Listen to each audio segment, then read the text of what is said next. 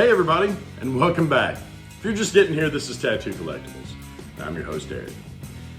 And I'm kind of wondering why you're just getting here. I think this is our 101st episode. Anyway, neither here nor there. Today on What's in the Mail, we got some really cool photos coming at you. Nate Harmon once said that used to with Tattoo Collectables, you were like, so, how many machines do you have? Now it's more of a, so, are you a machine guy? Are you a picture guy? Are you what do you collect? Are you a t-shirt guy? There's a bunch of different disciplines now in tattoo collecting. We try to cover them all here. But today, we'll be doing the photos. And we've got a new machine head segment for you coming up today. Hopefully you all are enjoying those. If not, let me know. Tell me that I'm a piece of crap and you hate those. And I'll quit doing them. So, before we get too far into this time, our subscriber, the 1,000 count subscriber giveaway is right on the edge of being here. At the taping of this show, we had 920 subscribers. We need 1,000 subscribers. As soon as we hit 1,000 subscribers, I'm gonna give away some stuff that's gonna blow your mind. And before, like when I started this channel a few years back, Tuttle was still alive. And I said that I was gonna give away one of the Tuttle Rolling Stones, which back then were super easy to get and super inexpensive. They are not anymore. So they're not anymore. They're not easy to find and they're not cheap when you do. Matters not to me. I'm still gonna give one away in that 1,000 count subscriber. That's one of the things. Another thing is a 1938 George Burchett card. I kid you not. Like and subscribe. That's all you need to do. And when the day comes up, you'll need to comment. Other than that, that's the easiest way to get some of this stuff that you'll ever come across. So, let me step down off my little soapbox here. Right, well, I almost got a soapbox warning there. And we're gonna turn it over to What's in the Mail, Eric. He's itching to show you some of this stuff, and the stuff that's coming is really nice. So, without further ado, here's the man himself. What's in the mail? Anyway, it's good to be back, people. It's good to be filming again. After all this building, it's great to be here filming. So this first one comes to us from, I don't even, oh, wait a minute, there. No, it's really, there's not a whole lot of info on that label. I'm not sure how it even got to me, to tell you the truth. All right, so, ooh, nice packaging. We got a little bit of this foamy core foam board inside to keep these gorgeous pictures. So, anyway, you don't care about the packaging. So I came across some Cobbles. This guy was selling a lot of 4 of them, and they were pretty inexpensive. And I think you're gonna see that lot here. So here in a second, we'll open that one. So I asked him, how many of these Cobble photos do you have? And he says, oh, I got about another 12 of them. So I went ahead and said, well, let me go ahead and pop on the other 12 and I'll just buy them all from you. Now, he didn't have a problem with that, and he sold me all of these beautiful original Cobble photos. They've all got the pencil marks on the back. I'm gonna look them all up. And they're all on Kodak photo paper. That's a good sign, you know, when you're looking at these Cobbles. But there's a bunch of like really nice like tattooed back pieces and some not so nice tattoo back pieces. But I've seen these forever and I love them. Spiderweb put a big book out about them. Here is where things got interesting. On the back of one of these, it says T190 or T194 on the back of both of them. But I believe that one of these is a Jensen photo and the other one is a Cobble photo. Now, if you notice in these photos, those girls are the same girl, but they are wearing different panties on. Now, Coble always said that you will never see, as he put it, belly whiskers in any of his photos. This woman was absolutely laying on the couch nude. And in this photo, you can actually see above the couch a little bit. There's a little bit of woodwork. And in this one, you cannot. So this one was cropped differently. I believe that one of them is a Coble and one of them is a Jensen. I am going to put some more investigatory skills in on that one, and we'll see. Maybe it is, maybe it ain't. So, let's hope that this is the other. Like, I got 4 other ones from him too, but I'm not sure. Because the first package there didn't have a return address on it. Ooh, I'm hoping I'm not screwing something up here. Ew, it feels like I'm hitting something in there. And I will cry and cry if it's my photo. There's nothing worse than seeing mailroom Eric giving a big old fat guy a tear to something. All right, and I believe. Ooh,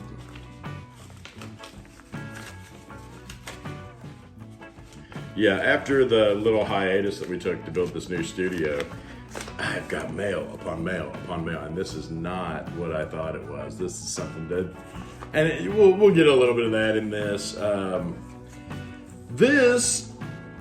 man, these are gorgeous. These are AP photos. So y'all, if you watch the show at all, you'll know that that I am into these AP photos. These are like a little swatch of history. And this one was from 91, this one's from 92. It doesn't unfortunately have the names of the dudes that are on the back or on this. And they're looking at, it looks like some Adam Kaplan stuff there. He's like, this wizard is for you, bro. So cool. And then I got this Fighting Irish arm of a customer, it says 1991. That's another just beautiful. And these are gorgeous. I mean, they are still shiny and new looking, but I don't think they're, I believe that they are from the 90s. Anytime I can get a photo, and let's see what I paid. I got the receipt here. Let's see what I paid. Total, I paid $35 for all 3 of those photos. I believe, my belief is that they are worth more than that because there's only one of them. There may be 2 or 3 of them out there if they hit AP, but none of these said Associated Press. They said publications that were local to somewhere. So these, I don't think these went out on the wire, which to me makes them historic. It makes them rare. So we're gonna hold on to those, and chances are that'll be framed up and hanging in the shop. Now this one, I'm pretty sure I know what it is. Back in the 50s, Elizabeth Wines-Earl used to host parties. Now, later on in this season, I'm gonna call Mary Jane Hockey, and I am going to get the story on this party room. Now, they were called the party room photos. Most of them were of people scantily dressed in front of a curtain. And the curtain, come to find out, oh, this is gorgeous. The curtain, come to find out, is orange. And the carpet was green shag in there. Oh no. Oh no. There is a freaking sticker. Let's see how easily that'll come off. Why would you put a sticker on a Coble? Now, I've already looked this one up. Whew! Just barely got it off there without destroying this photo. So this is a party room photo. This is T1321. Now, if you go to the Coble catalog and look this up, this is, I believe, Charlie, what was his last name? Charlie, Oh, he had a real funny last name too. Charlie. It was Charlie P. Anyway, I can't remember his last name. If it comes to me, I'll let you know. But I believe that's his wife in the photo. They were in a pretty low dress situation there. Now I've got some original party room photos that weren't Cobles, that are in color, that are small snapshots of Elizabeth, of this man here, and the name eludes me, and it's getting me because it was King Arthur's magician, Merlin. His last name was Charles P. Merlin. That's Charles P. Merlin and his wife. I knew it'd come to me sooner or later. So when I saw this and recognized these two from other party room photos that I have, I thought, I've got to have this. This is awesome. She is super heavily tattooed by what looks like, and it's probably by Bertram. Most of the photos in the party room in Elizabeth Weinzor's house was in Portland, and most of them were from Bert Grimm. And this looks like Grimm's work. I love these. I will be doing a whole story on these later on in the season on the party room photos. So stay tuned for that, and I think you're going to enjoy it. That is all we had for What's in the Mail today. Now, obviously, down the road there will be 4 more pictures to show you, but I don't have them here with this group today. So, like I said, you'll see it in the future. But that's all I have for you today. I'm going to turn it back over to announcer Eric, and he'll let you know what's coming up. See you next time. Ooh, that guy is hard to settle down once he gets all revved up. So, that's all we had in the mail for you this week. I love Coble photos. If you get a chance to get them, get them. Keep in mind that the negatives were just sold. The guy that owned them sold them to, I believe, Jimmy Whitlock from, I always mix him up with Jimmy Litwalk. But Jimmy Whitlock from Lucky Supply owns all the original Coble photos now. He's making little cards with them on it now, which are awesome. I'd love to get a whole set of those, Jimmy, if you're listening out there. Your buddy needs a whole set of those. So here's a Machine Heads for you before I forget, and I'm gonna throw it over to Machine Head Eric, and we'll check this out. Hey everybody, and welcome to Machine Heads. This week we got something weird. There's something a little weird for you. Now, I still haven't found out whether this is a Leon Miller or not, but this is the mini tattoo machine that I bought from Unimax. Everything on it functions. It's got a little, like, there is the tattoo machine itself. there is the tube that goes within. How neat is that? And then it works exactly like its larger counterpart. Now, for scale, there you go. That's how much freaking smaller this thing is than a regular tattoo machine. But when I bought it, they said that it would absolutely work. So, let's see. I'll be damned. That fit right in. And this is a regular, this isn't a special clip cord, and it fit right in there. Now, moment of truth, I'm gonna back up from this a little bit because if it explodes, I don't want it exploding at me. That is the weirdest thing. Let's turn that down a little bit.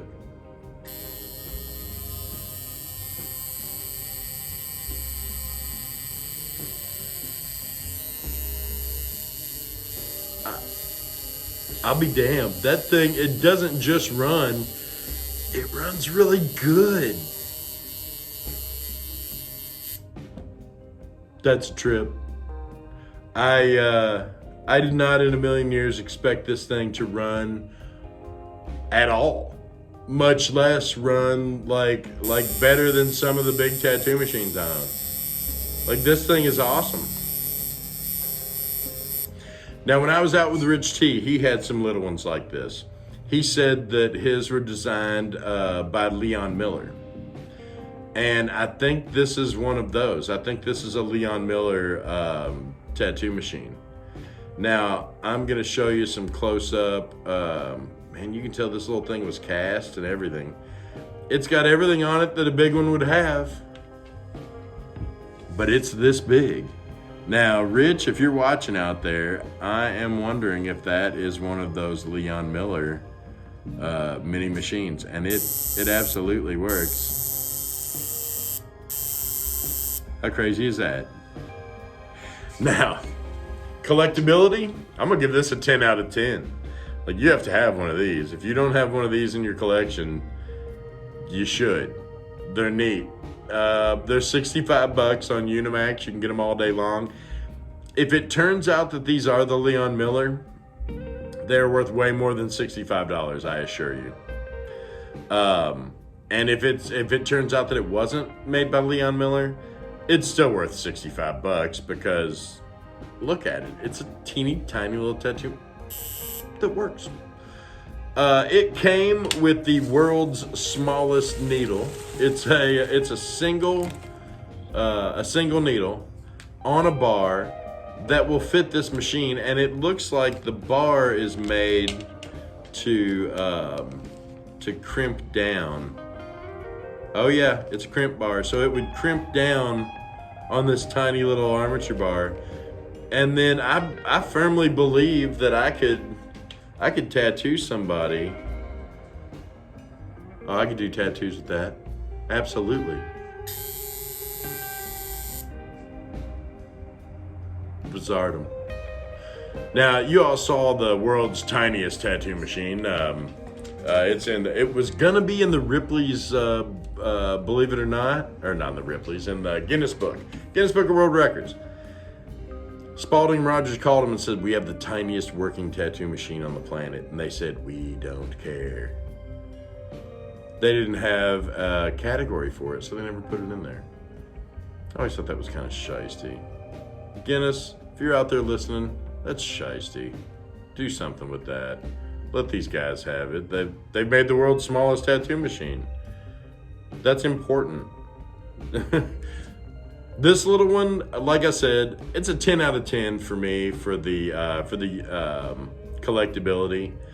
Every single piece of this thing is correct. You can reset and actually let's do that. Let's reset, and then we'll see how it runs once I've reset it. So as far as collectability, I'm gonna go 10 out of 10 on this. As far as usability, I'm gonna have to go a 0 out of 10 on this because it's not really meant to be used. Wow. Yeah, you can change the throw.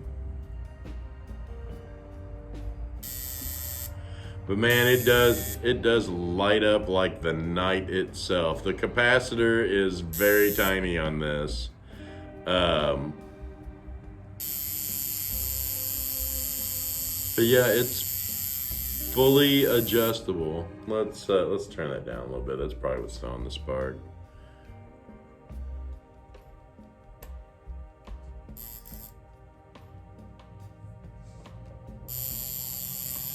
There it goes. Every single thing on this thing is correct. You can adjust it. It's got a little contact point. The front and rear binding posts are made of brass. At the end of the day, though, you cannot use it. I bet you could, but you wouldn't use this as a practical tattoo machine. It's a little big for a necklace. It's a little small to actually use. But for 65 bucks on Unimax, go grab you one of those. You won't be sad you did. And I don't know how many they have left. The needle that came with it was a little rusty on the top here. So, I mean, it's been in there a long time. The bubble wrap isn't as shiny as bubble wrap should be. So that tells me that it's been in this bubble wrap for a minute. Like I said, if you got the inclination and the want of one of these, go to Unimax, 65 bucks, you can get you one. They're pretty cool. that is it for Machine Heads this week. We'll see you in the future. Keep on tattooing. All right. It's always cool to see a new machine, you know, or a machine that you've never seen. Some of these machines I see and I think, oh, I've got to have that. And then when it gets here, I'm like, why did I get this? Because it runs like shit. But sometimes they run great. So, but I get them because they appeal to me. So that's it. That's what we had for you today. Hopefully you enjoyed everything. Hopefully you learned a little something you didn't know. Be sure and like and subscribe. And until next time, I want you all to stay safe. You should all be nice to each other, no matter what. And I want you to keep on collecting.